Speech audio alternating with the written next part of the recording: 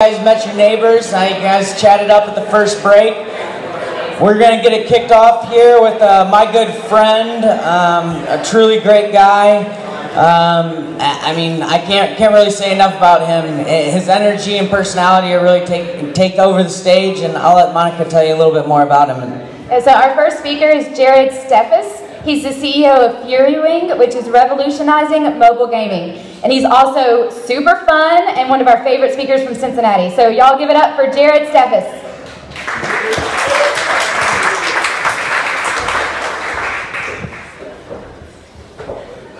Look at this showmanship. I got one of these things. Take it away. Hey everybody, how are ya? So for some reason they asked me to speak first, and I've been working with Nick and Monica since January of this year and trying to figure out what type of startup community Everywhere Else really is. And luckily, that was just my energy, don't worry about it. Luckily, I've had a chance and an opportunity to take my new company from Chicago and take it out to Silicon Valley. And it's just been like a night and day difference, which I will get into. But this first slide, I'm pretty unconventional. Like this whole no badge idea is really cool and all this other stuff. But this is one of my best friends right here. He's drinking a Miller Lite. And notice how it looks like a Miller Lite can from 1970s. I remember my dad drinking Miller Lites like this. And I'm like, damn, shit's just cyclical. We're just becoming everything that we didn't want to become, and now we're drinking out of 1980, 70 cans, and just thanks for reminding us we're going to be like that. All right, I want everybody to be present. What that means is really just realize that you're right here with me right now, with all of us here, and just sort of zone in. Take a breath. That's the only thing that really matters. Just take a deep on breath in. Yeah, you're feeling a little bit different now, aren't you? It mellows you out and everything else. Okay, so we're here, I'm here. Let's be real, I'm an introvert. You know, somehow I'm able to get up here on stage because I've worked at honing this craft. I worked at not saying or like. I've just tried to professionalize my whole career into this little black stage right here. So everywhere else sucks.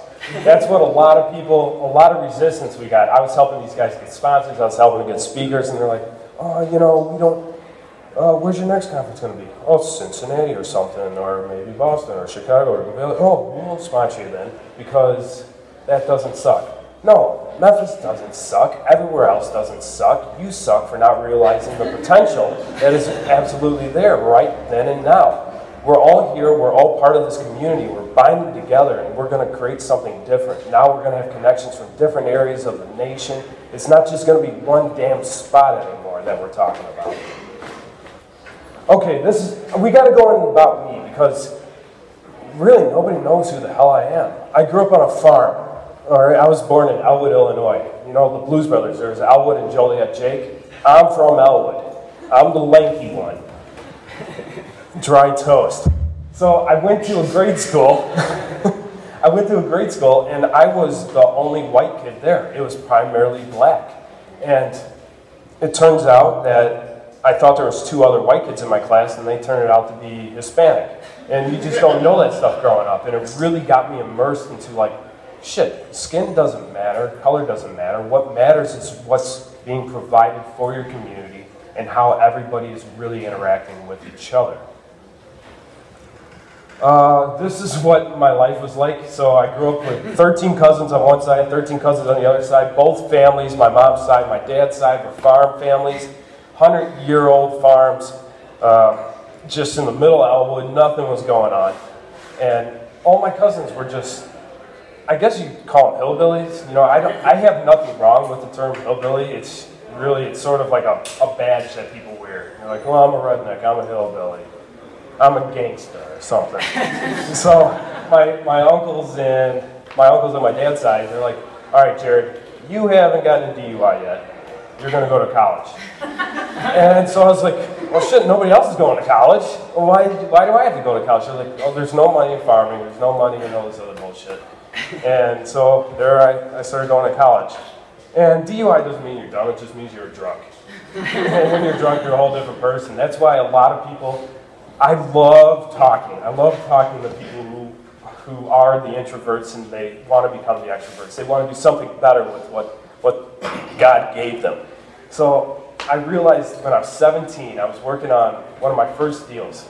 So in Elwood, we built, okay, a little other piece. I came from a racing family as well. So we had a lot of race cars. We raced a thing called midgets. They're smaller sprint cars without the wings. And I ended up having a lot of NASCAR drivers work with us. They'd come and drive our cars. We'd go down to Florida, do these national things. I'd be gone out of school for a month growing up. It was just kick ass. So it came to age, and my dad's like, hey, check this out. Shows me this magazine.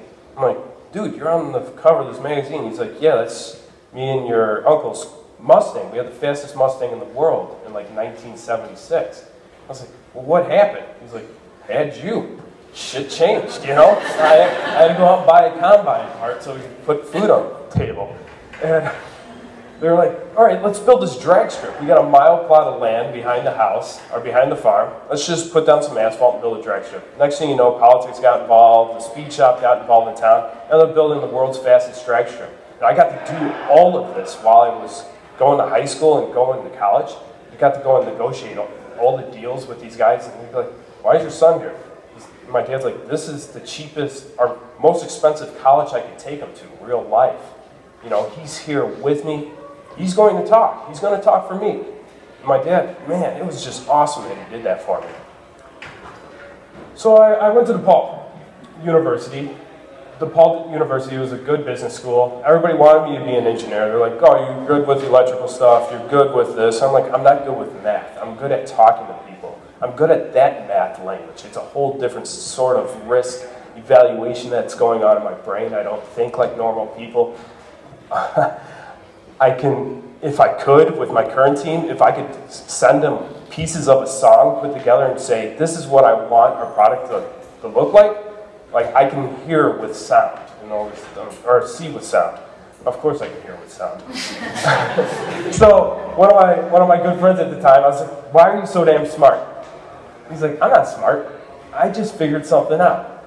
And I was like, what is that, dude? He's like, go to the library, you find somebody who studies a lot, like an Asian kid, and you just sit near them, and you got to stay in the library longer than they're there. And I was like, you've got to be kidding me. He's like, this is my fucking secret. So I go to the library with him. I'm like, oh my God, I'm just ADDing out. I'm like, oh God. But after about 3 weeks of just this discipline, they were trying to stay as long as I was. It was like they knew the secret. And they're like, shit, this white boy over here, he looks like a demon. He's popping blood vessels in his eyes. He's concentrating so hard, but he's doing it. He's kicking ass. He's changing the curves in the class. I've never been that type of student. It was just hard work, you know. Shit don't come easy for everybody. There was no entrepreneur degree, so I took every class possible that was like entrepreneurship. Because during this time, we were negotiating selling the drag strip to NASCAR. So my family was going to become one of the first families to ever be involved with NASCAR as an outside partner. NASCAR doesn't allow that shit. It's really sort of cutthroat, like the Amish Mafia. And I ended up doing that. So there I'm taking entrepreneur classes, and I realized, you know, the next big thing is going to be video game classes. Why isn't there video game training? I saw this movement in mobile. I was developing in J2ME before the iPhone. And I'm like, it's this feature phone shit. Looking at what Japan's got. When Japan's playing games, we're not playing games. Okay, here's Snake. That's cool. But well, it wasn't cool. So I went and I approached them. I'm like, want to start a video game club? They're like, we want you to do one better. We want you to start a video game degree. So the school gave me, I think, $75,000, me and my best friend with the Miller Lite can, and said, here's a lab downtown, a $30,000 office space. Build this thing, and they will come. And I'm like, yes, they will. So that's what took place there. Then I went to a game developer conference in San Jose, got involved in a nanotech company, ended up, we were building a 3D holographic display like in Star Wars. I was like 25 at the time, and it was goofy shit. It was nanotech, it made lights come up and they cross at certain points and you actually see the dots. There's a lot of science behind it. It didn't make sense, but it sort of did. They brought me in as a game developer. Ended up doing a deal with Bravo TV and National Geographic for about $4 million. Me, my wife, and my best friend created the first game design that National Geographic ever accepted in their history. They're like, this is it. It's called Earth Online. It was an MMORPG right at the time where Lineage 2 was great, World of Warcraft was great.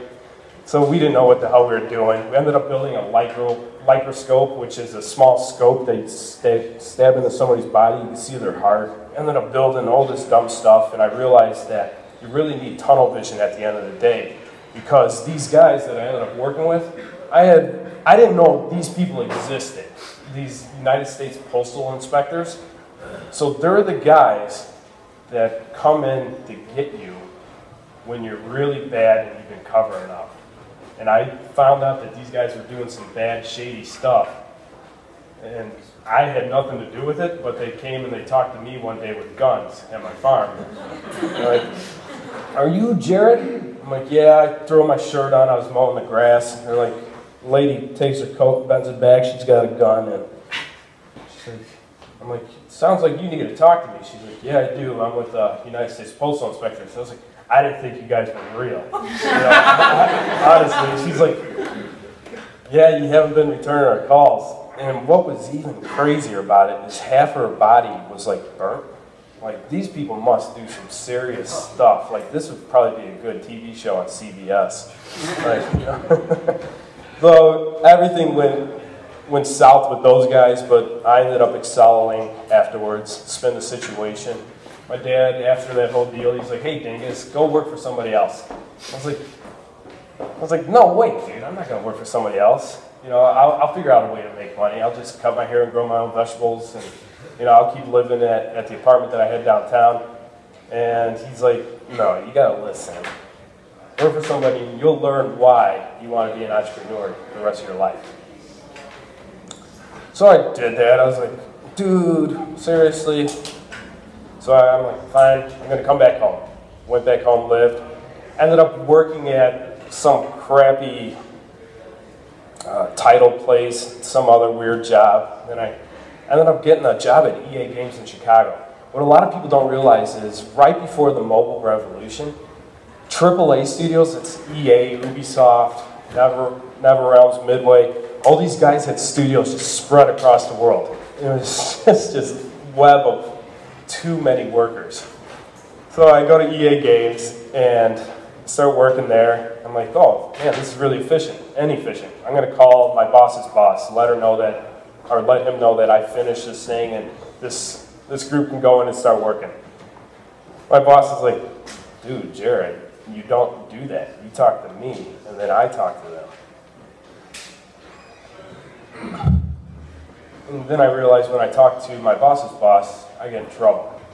And why should life be like that? Why can't we talk to other people? We're just humans. You know, the title is just a bullshit thing. Like when I CEO a company, I just sit out in the middle with everybody else. I don't need my own office. I want people to be able to come up to me and approach me at all times. Everybody needs to feel that you're approachable. So yeah, that's the story there. My dad, he's like, are you done with video games finally? You know, I can get you these jobs. And I was like, yeah, I'm done with games. I'm just going to hire people to make the games for me. And then I'm getting some contracts with the Department of Defense and all this other garbage and bioterrorism training. I couldn't sleep at night because this stuff is so scary, what's really going on in the real world that we don't know about. People trying to kill us at all times. And there I was, a dude in my 20s training adults how to save lives. And I realized there's the way that school normally makes us do it, where it's just drill it in you, and then there's the Jared way of doing it, which is fun. So I had little anime characters popping up and telling me like, oh man, this person's gonna die, help, help. And people are like, oh, that's cute. You know? it would actually retain the knowledge, and people loved it from 23 to 83 years old. It's fun is supposed to be part of your just embodiment of everything you do. You become a doctor because you want to save lives, and for some reason you have fun doing it. And I have fun sticking people with needles. Oh, okay, so think big. Started a company called TapMe. TapMe was considered Chicago's sweetheart. It was right after FeedBurner got purchased by Google. We had this big idea. Accelerate Labs was started. Now it's Techstars Chicago. We were in the first class, and everybody's like, oh, you guys are going to do something big. We see what mobile is doing. We put out a game. It was downloaded 9 million times, but it had a 90% piracy rating. So we ended up making $40,000 our first quarter, and we couldn't support a studio. Like, why are people stealing our stuff? There's going to be a different change, and that change ended up being free to play. But we decided to go into advertising, because Chicago's a big ad tech town. The idea was, why can't you pretend you're a NASCAR driver? Why can't you be sponsored by something you love? Jeff Gordon's sponsored by DuPont. DuPont gives him money. He goes faster, wins races. What's cool is this weekend there's a Doge NASCAR, like for Dogecoin. We'll get to that in a second because I'm really excited about that. And so in Mario Brothers, Nike makes you jump fast, jump higher, and run faster. That's what we did. We did that inside the games. Ended up building this space. So right behind this wall is a 14,000 square foot space we weren't allowed into. All of a sudden, we broke down that wall and we just started working in there. Right now, Google Motorola just moved their entire office into this space. It was that big.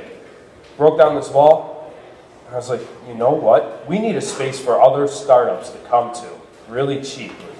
We ended up calling it the Fail Cube, and they called us the slumlords of Chicago at the time. The place had no carpet. It just had glue from where the carpet used to be. You'd pull it up, and we'd call it moon dust. Everybody's breathing this crap in. And the rule was you had to bring your own carpet, your own desk, and your own chair. If you didn't bring your own carpet, you couldn't move in. We provided the internet. We were the slumlords.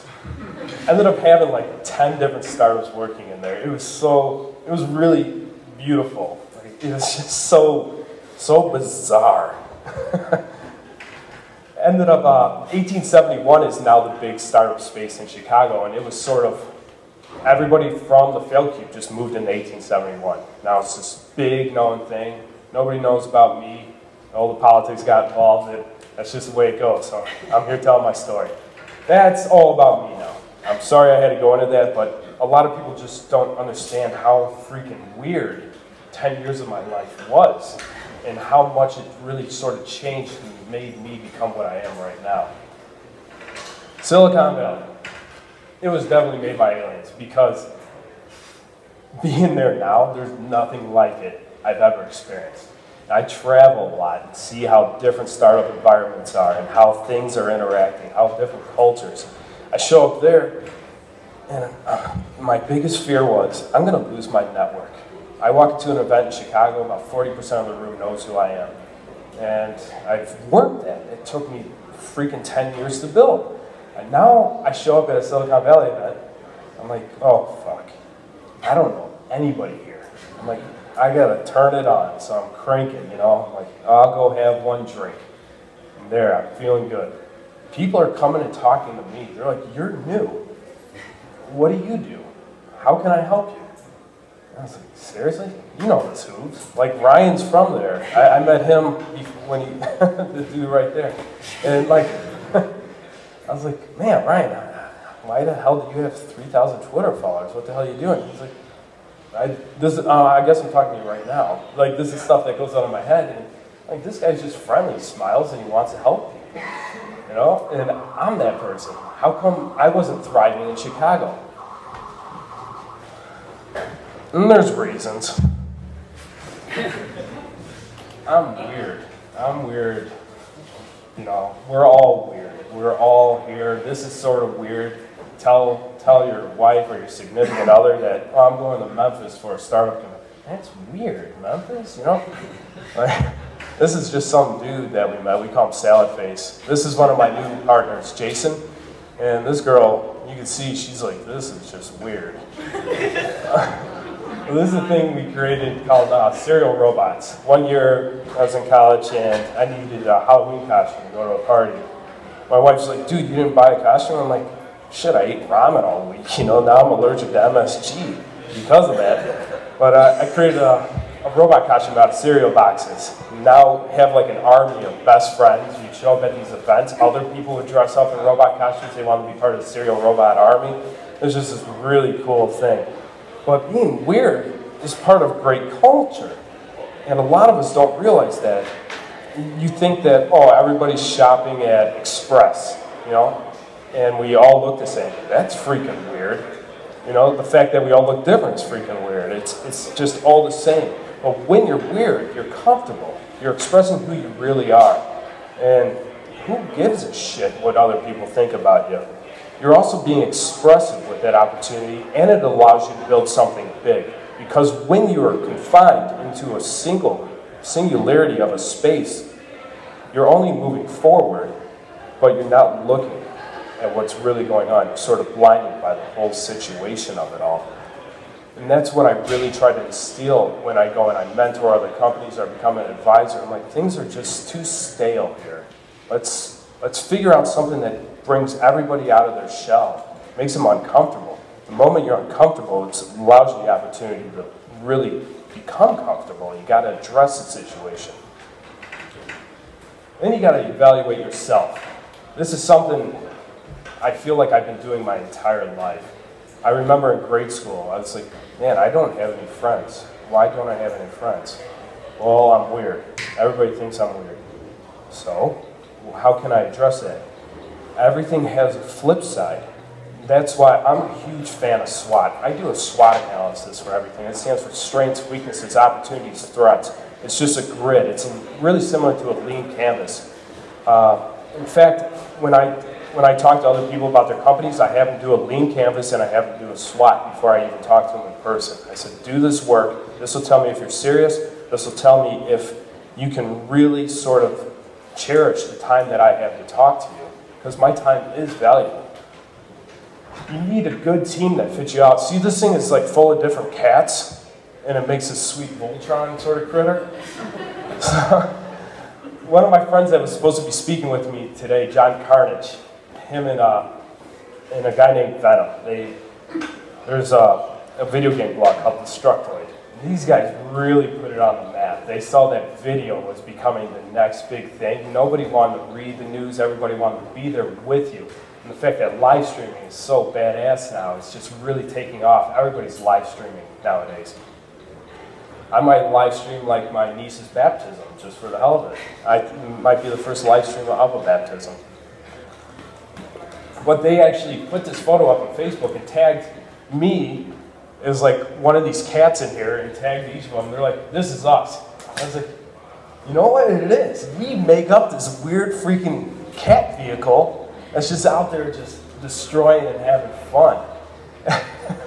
So you got to find those people that you connect with on that weird level once you let it out. And you got to learn what it is that's about them and about you that really connects.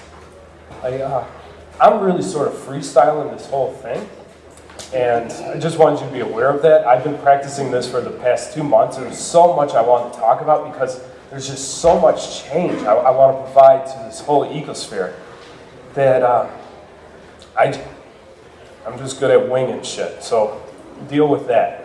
You got to deal with everything in your life. If something goes wrong, deal with it. Don't fester on it.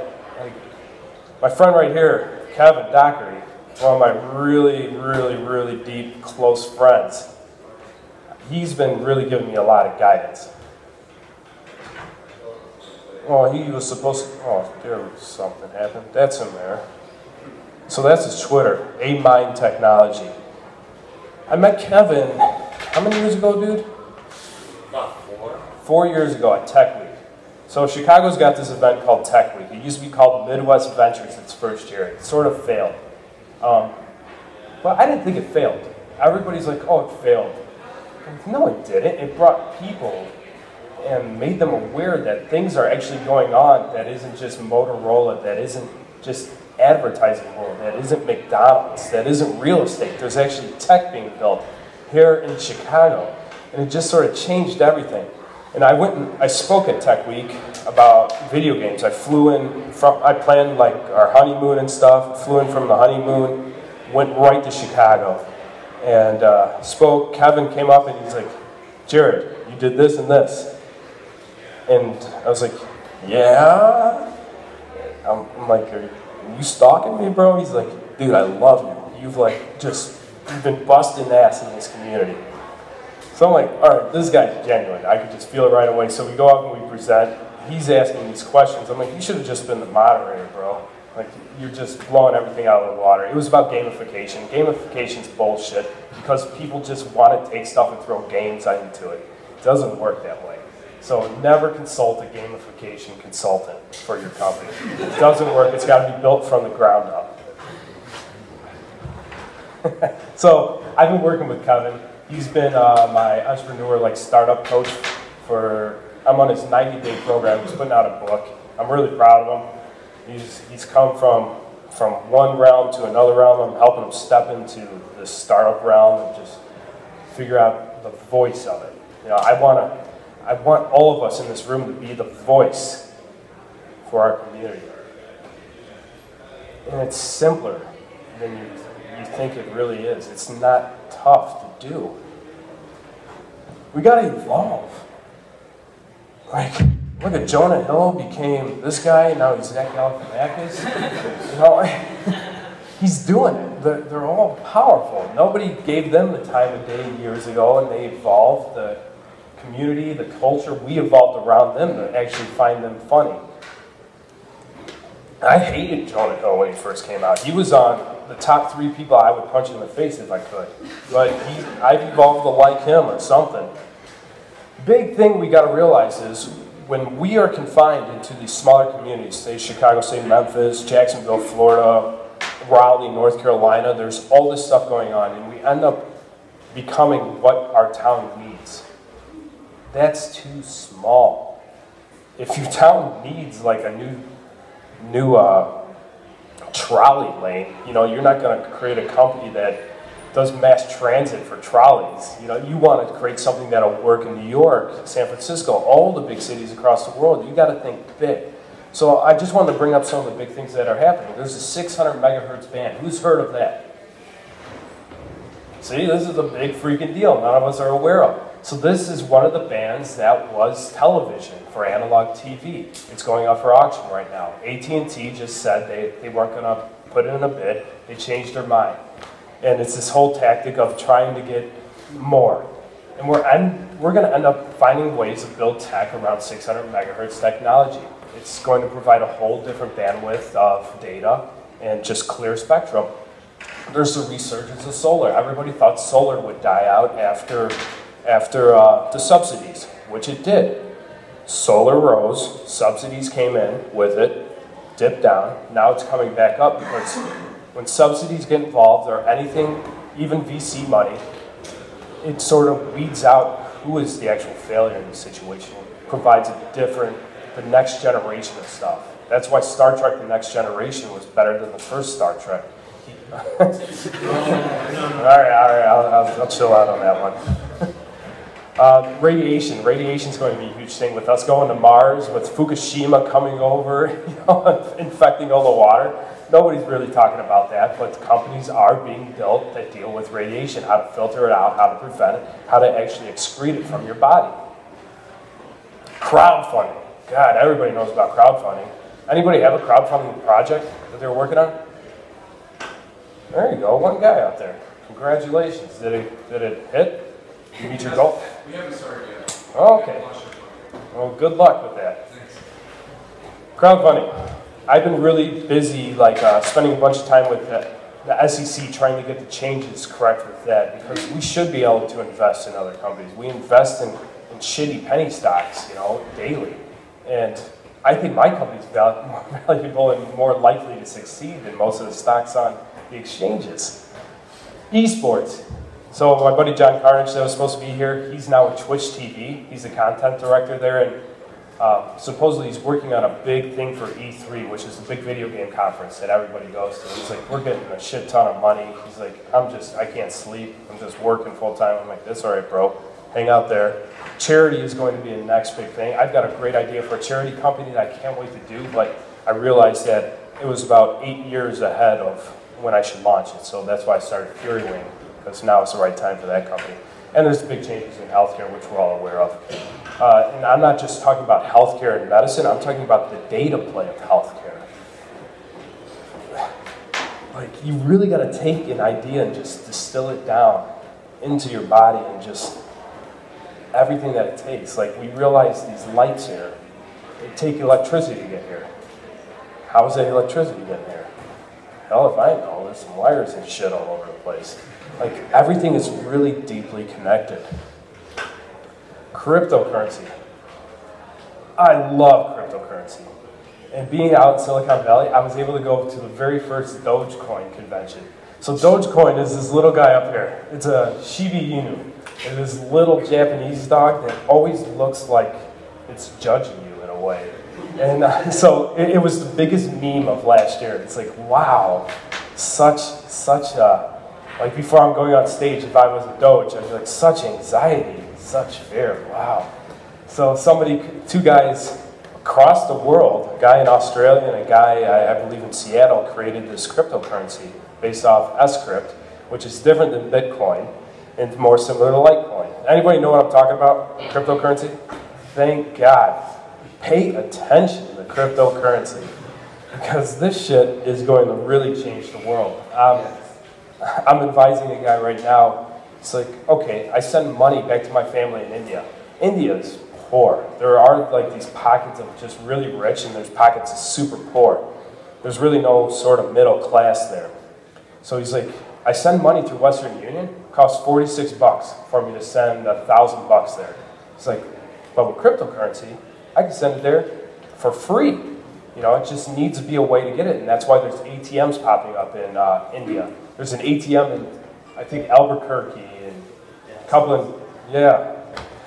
in Canada. So Dogecoin has been a big thing. It's been a joke, but it's this joke that we all want to be a part of. You know, we don't want to miss out on it. Dogecoin, NASCAR, Jamaican bobsledders, all part of that stuff. People live to hate. A lot of people hate me. That's fine. But I realized that when you really are a leader, one of my best friends, he told me, he's like, Jared, these people hate you, but the people that love you, they'll fucking walk off a cliff with you. And that hit me so hard. I was like, where is this magnetism coming from? Why do I have that? And it's loyalty and fun. I like to have fun. I'm loyal to my friends. Somebody messes with you out there, I'll punch the other guy in the face. You know, we can just be friends for a couple of minutes, and I'll be there for you. Be from the future. Find your future self. This is a guy I met during CES, and everybody's like, "There's future Jared." Went over and I talked to him. I'm like, "Are you future me?" He's like, "You look like past me." He was so excited. I'm like, "What do you do, dude?" He's like, "Oh, I build casinos." I'm like, "I want to own a casino." He's like, well, "What's stopping you?"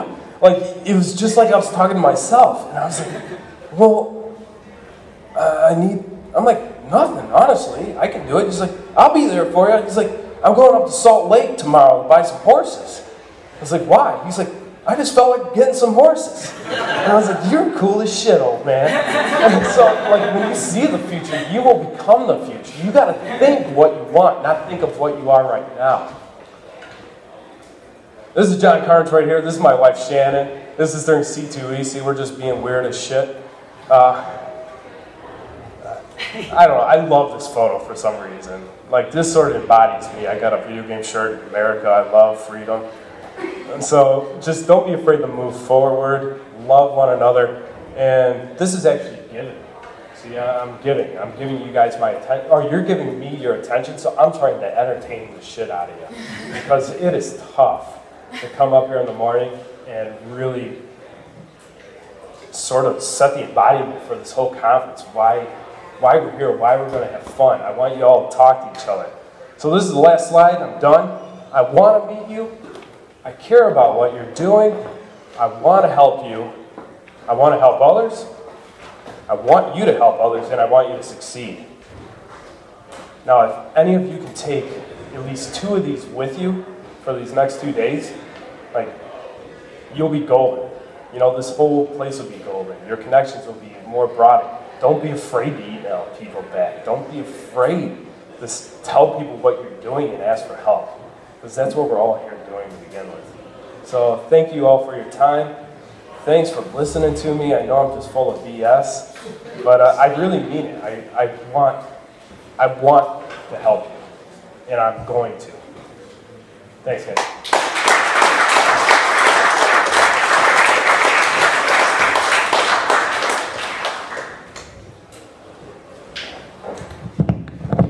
Who's are you next?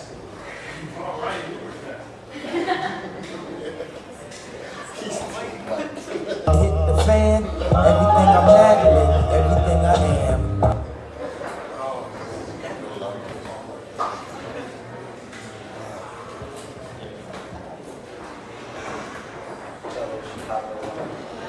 All right, y'all, give it up for Jared. Be weird, right? Right, I think we can all kind of identify with that. I'm sure we've all felt that way. All right, next up we have Ryan Hoover. So I have followed Ryan on social media and through his writing for a long time. He's a prolific writer on startups, and he puts his stuff out everywhere. He's a great guy, lots of experience. He is currently the entrepreneur in residence at Tradecraft. He's also the founder of Product Hunt. Y'all should check that out, producthunt.com. Nick and I may or may not waste/spend a lot of time on Product Hunt during the day. It's a great site. And so Ryan is going to talk about building community. So y'all give it up for Ryan Hoover.